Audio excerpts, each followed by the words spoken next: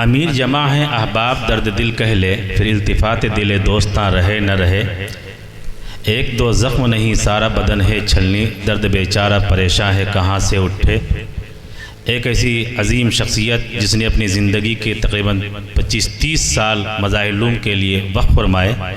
एक ऐसी शख्सियत जिसने फ़क़ीहुल इस्लाम हज़रत मौलाना मुफ्ती मुज़फ़्फ़र हुसैन साहब रहमतुल्लाह अलैह से लेकर हज़रत मौलाना मोहम्मद सईदी साहब रहमतुल्लाह अलैह के आखिरी दौर तक अपनी ज़िंदगी को उन्होंने अपने इन दोनों नौज़मा के लिए वक़्फ़ कर दिया। एक ऐसी शख्सियत जिसने दिन के उजालों और रात की तारीकियों को अपनी आसाइशों को कुर्बान करके इदारे के लिए वक़्फ़ कर दिया। मैं शुरू करूं तो कहां से शुरू करूं। गालिबन 1402 हिजरी में हज़रत मौलाना मोहम्मद रियाजुल हसन साहब रहमतुल्लाह अलैह मज़ाहिर-उल-उलूम से फ़ारिग हुए थे और उन्होंने नदवतुल उलमा लखनऊ में भी तालीम हासिल की और फिर थोड़े दिन के लिए देहरादून में और मदरसा दारुल उलूम सहारनपुर में तालीमी खिदमत अंजाम दी। इसके अलावा जामिया गुलजार हुसैनिया अजराड़ा में हज़रत मौलाना मोहम्मद अब्दुल्ला मुग़ीसी साहब रहमतुल्लाह के ज़ेर साया उन्होंने तदरीसी खिदमत अंजाम देने के बाद मज़ाहिर-उल-उलूम वक़्फ़ सहारनपुर का रुख किया और अल्हम्दुलिल्लाह यहाँ पहुँचकर उनके जौहर खुले। मोहतरम हज़रात, हज़रत मौलाना मुफ्ती मुज़फ़्फ़र हुसैन साहब रहमतुल्लाह अलैह की हयात में मैंने तकरीबन 6 साल मुलाजमत की है और हज़रत मौलाना मोहम्मद सईदी साहब रहमतुल्लाह अलैह की तो जो इनायात रही हैं राक़िम पर अहकर पर, उनका यहाँ पर जिक्र करना ही समाखराशी होगी। मैं ये अर्ज़ करना चाहता हूँ कि मैंने हज़रत मौलाना रियाजुल हसन साहब रहमतुल्लाह अलैह को शायद मज़ाहिर-उल-उलूम में, चूँकि वो हमारे जूनियर थे, वो एडिटर थे और मैं उनका नायब था, वो हमारा हाथ नहीं हमारी उंगली पकड़कर उन्होंने चलना सिखाया है। उन्होंने मज़ाहिर-उल-उलूम में मेरे तकर्रुर के लिए ज़मीन हमवार की थी। उन्होंने फ़क़ीहुल इस्लाम हज़रत मौलाना मुफ्ती मुज़फ़्फ़र हुसैन साहब को मेरी रहनुमाई की थी।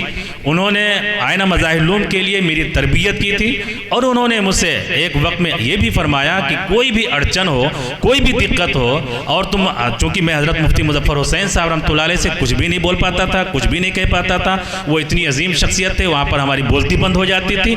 लेकिन हज़रत मौलाना मोहम्मद सईदी साहब रहमतुल्लाह अलैह जब तशरीफ़ लाए मज़ाहिर-उल-उलूम की मसनद इक़्तिदार पर, तो अल्हम्दुलिल्लाह मौलाना से मेरी क़ुर्बत पहले से थी। इसलिए जो है हज़रत मौलाना मोहम्मद रियाजुल हसन साहब ने पहले, यानी मौलाना मोहम्मद सईदी साहब के दौर से पहले एक मरतबा मुझसे फरमाया, कोई भी परेशानी दिक्कत हो, रिसाले के लिए हो, तुम्हारे लिए हो, बेतकल्लुफ़ मुझसे कहना।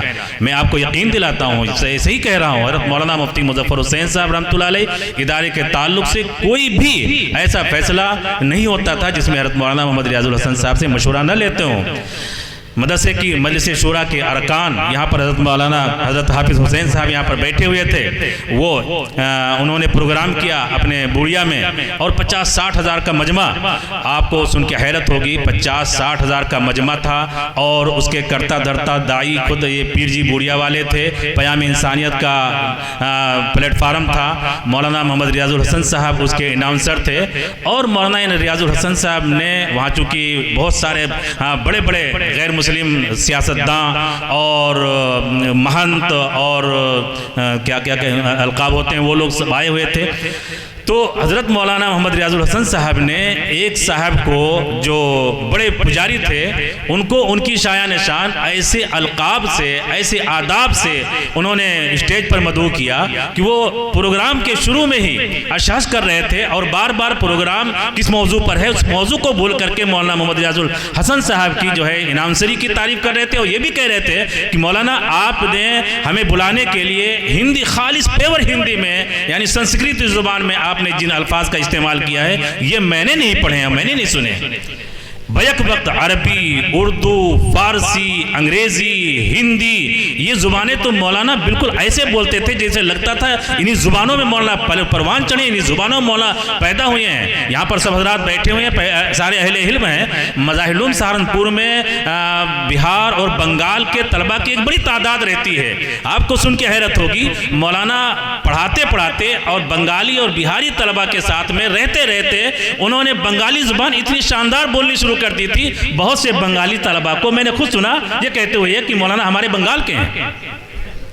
सुभान अल्लाह, इतने ज़हीन, इतने फ़तीन, इतने जय्यदुल इस्तेदाद और इतने बाकमाल फ़र्द थे हज़रत मौलाना मोहम्मद रियाजुल हसन साहब की, उन पर बाकायदा पूरी किताब लिखी जा सकती है। मैं आपको क्या क्या बताऊं।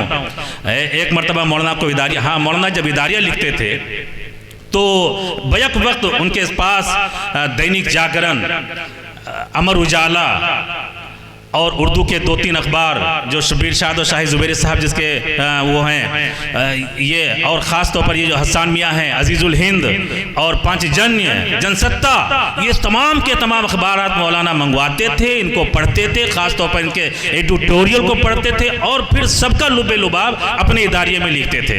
एक मरतबा मुझसे कहा कि कागज़ ले आओ, मुझे इदारिया लिखना है। मैं इत्तेफाक से उस वक्त कागज़ नहीं मिला, जो बुक डिपो है वो बंद था। मैं कहने लगा कागज़ नहीं मिला है, तो कहने लगे कि कोई प्रिंट आउट ले आओ।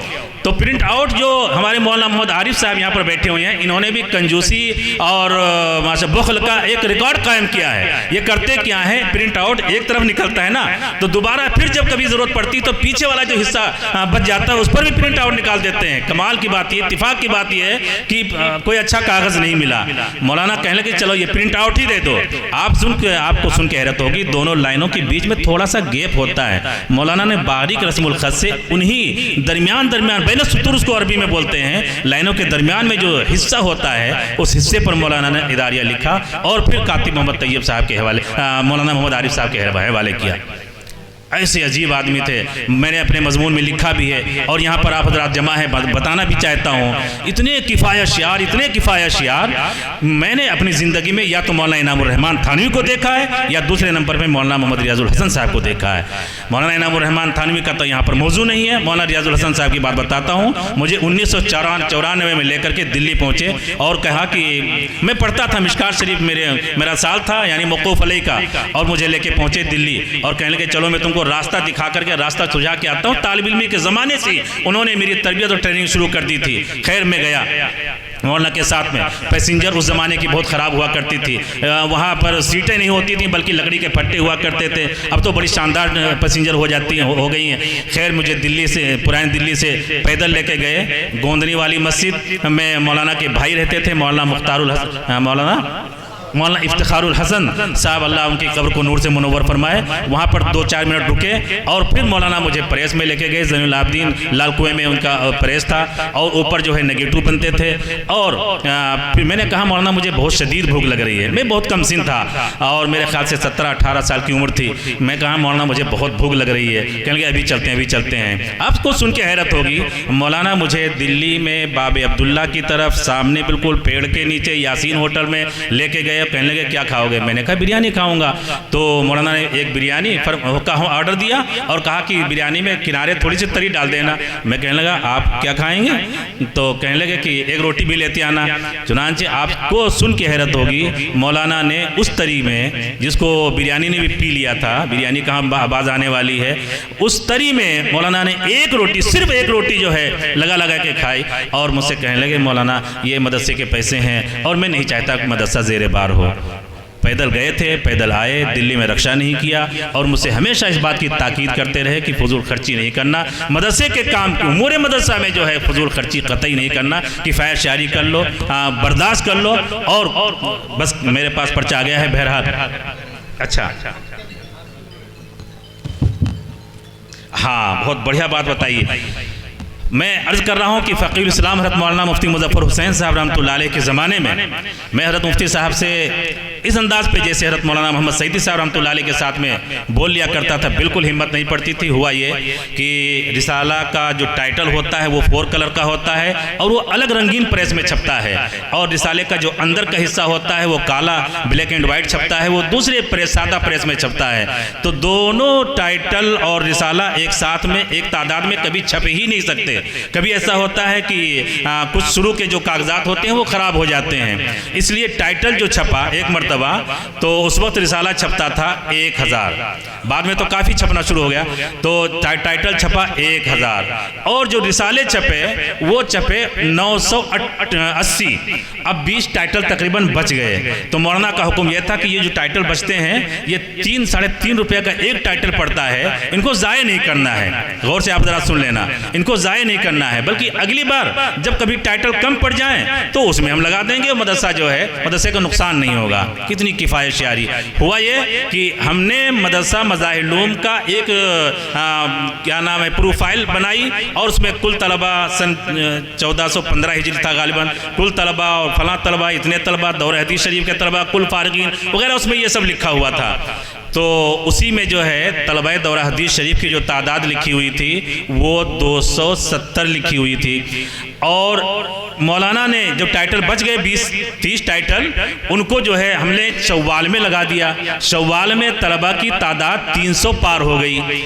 अब जो है मदरसे के एक हमारे उस्ताद, जो हमारे भी उस्ताद थे, हज़रत मौलाना मोहम्मद रियाजुल हसन साहब की उस्ताद थे, अल्लाह उनकी कब्र को नूर से मुनव्वर फरमाए, 2-1 हज़रात और लग गए और कुछ ऐसा माहौल बनाया कि हज़रत मुफ्ती मुज़फ़्फ़र हुसैन साहब रहमतुल्लाह अलैह के पास शिकवा संज हुए और वो किताब रिसाला लेके आए और कहने लगे कि देखिए हज़रत, ये नासिर क्या कर रहा है, इसने तलबा की तादाद 270 लिख रखी है। हालांकि तलबा की तादाद आम मदारिस वाले तो बढ़ा चढ़ा के लिखते हैं, इसको कम से कम सही तादाद लिखनी चाहिए और इस वक्त जो है तकरीबन 350 की जो तादाद है वो तादाद सही लिखनी चाहिए थी।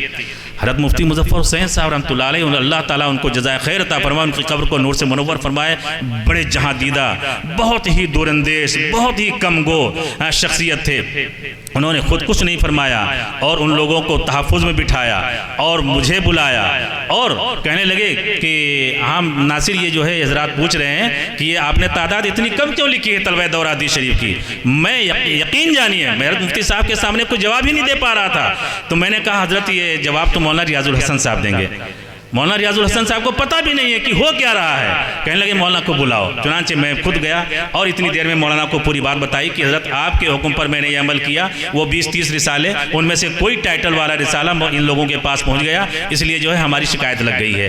आप सुन के हैरत करेंगे, हज़रत मौलाना रियाजुल हसन साहब फ़ौरन आए, शायद वो पढ़ाने के लिए जा रहे थे, फ़ौरन आए और हज़रत के पास बैठे। हज़रत का बहुत अदब एहतराम करते थे।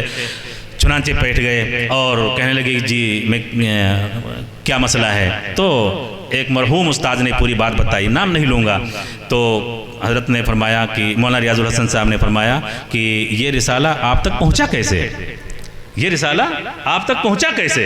उस्ताद भी हैं वो, लेकिन जब कलिमा हक की बात आती थी मौलाना बिल्कुल पीछे नहीं रहती थी। हैदर भाई ने कहा बिल्कुल पीछे नहीं रहते थे। आप तक ये रिसाला पहुंचा कैसे। उन्होंने कहा कि ये नासिर देने गए थे। मुझसे कहा तुम्हारे अंदर हिम्मत कैसे पड़ी तुमको रिसाला तकसीम करने की। ये रिसाला इदारा मज़ाहिर उलूम का है और रिसाले की कीमत 20 रुपये है और क्या तुमने इनसे 20 रुपये लिए। मैंने कहा नहीं मैं तो नहीं लिया, मैं तो हमेशा दे के आता हूँ। कहा कि नहीं गलत करते हो, ये हजरात खरीदार नहीं है, ये हजरात खरीदार नहीं है। एक बात तो यहाँ पर मौलाना ने कही दी कि ये खरीदार नहीं है, इसलिए खरीदारों को रिसाला दो, रिसाले का नुकसान नहीं होना चाहिए। और दूसरे मुझसे फरमाया कि तुमने तो मेरे हुक्म से ये काम किया है। मैंने कहा जी हर काम आपके हुक्म से करता हूँ। तो हज़रत मुफ्ती साहब से उन्होंने पूरी बात बताई कि हज़रत इस तरह मैं चाहता हूँ कि ये जो 20-30 रिसाले, इतना बड़ा इदारा है, अगर यहाँ पर 150 तलबा भी कम लिखे जाएंगे इदारे की सेहत पे इंशाल्लाह कोई फ़र्क नहीं पड़ने वाला है। इसलिए ये हमारी हिदायत के मुताबिक इन्होंने 20-30 टाइटल जो बच जाते हैं वो लगा दिया है इन्होंने, और बाकी सारे टाइटल चुनांचे में और पूरा बंडल लेके आए। मैंने कहा सब में तादाद सही लिखी हुई है, बस ये 20-30 टाइटल वही है। तो हज़रत मौलाना मोहम्मद रियाजुल हसन साहब ने फरमाया कि ठीक है, आइंदा जो टाइटल बच जाएं वो मौलाना की खिदमत में पहुंचा दिया करना और मौलाना से उसकी पैसे कीमत लेकर के मदरसे के अकाउंट में जमा कर देना। उन्होंने मना किया कि नहीं मैं क्यों दूंगा। तो मौलाना ने फरमाया फिर मौलाना इतराज भी मत कीजिए। अगर आपका ज़र्फ़, आपकी आला ज़र्फ़ी इतनी नहीं है कि आप मदरसे को जो है एक बार से बचाने के लिए जो है अपनी जेब से कुछ पैसे खर्च कर सकें, मैं आपको क्या बताऊं, कितनी बातें बताऊं। हज़रत मौलाना मोहम्मद रियाजुल हसन साहब मेहमान खाना मज़ाहिर उलूम में हमेशा रहे, हमेशा मदरसे के मेहमान खाने में रहे। और मैं हज़रत मौलाना से लड़ता था, झगड़ता था। मेहमानों को कमरे से बुला करके अपने कमरे में ला करके फिर उनकी भी ज़ियाफ़त करते थे। और मैं कहता था कि हज़रत ये तो वहाँ पर नाश्ता कर चुके हैं आप, फिर नाश्ता कराए पड़े, फिर नाश्ता। और वो बंदे खुदा खाते भी थे, खूब पीते भी थे, मेहमान जो भी तो बहरहाल मैं कहता था कि मेहमानों की ज़ियाफ़त इदारा कर चुका है, अब ज़ियाफ़त के ऊपर आप ज़ियाफ़त कर रहे हैं और सिर्फ चंद कदम का फासला भी आपके कमरे से। यकीन जानिए ऐसे ऐसे हालात कितनी दर्जनों 50 मरतबा मैं इनके वाक़यात में गवाह हूँ इस बात का। मौलाना की जेब में एक पैसा नहीं है, एक पैसा नहीं है। और मौलाना जो है अकेले बाहर निकले, मैं मिल गया गया, मौलवी गयूर मिल गए और असफार मिल गए, मुबीन मिल गए, कोई भी मिल गया, मौलाना उससे 150 रुपये, हम लोगों की जेब में भी इतने नहीं होते थे, पैसे लिए और उनके पैसों से उनकी ज़ियाफ़त की। बाद में मौलाना ने फिर वो पैसे वो कर्ज़ वापस भी किया। इतने कितने वाक़यात हैं। बहरहाल कभी वक्त मिला आप हज़रात को सुन के खुशी होगी कि बिल्कुल यही प्रोग्राम परसों हज़रत मौलाना मुफ्ती मोहम्मद बदरान सईदी साहब के ज़ेर सरपरस्ती मदरसा मज़ाहिर भी होने वाला है जुमेरात को। यही वक्त रहेगा इंशाअल्लाह मगरिब के बाद का। आप सब हज़रात को मदऊ कर रहा हूँ बतौर ख़ास हज़रत नाज़िम साहब की तरफ से जसारत करते हुए मैं आप हज़रात को दावत दे रहा हूँ। आप हज़रात तशरीफ़ लाइए। वक्त नहीं है वरना मैं बहुत कुछ बयान करना चाहता हूँ। इंशाअल्लाह अगर इन लोगों ने लिखने का हुक्म दिया तो इंशाअल्लाह तहरीर तौर पर आप पढ़ेंगे। व आखिर दावाना अल्हम्दुलिल्लाहि रब्बिल आलमीन।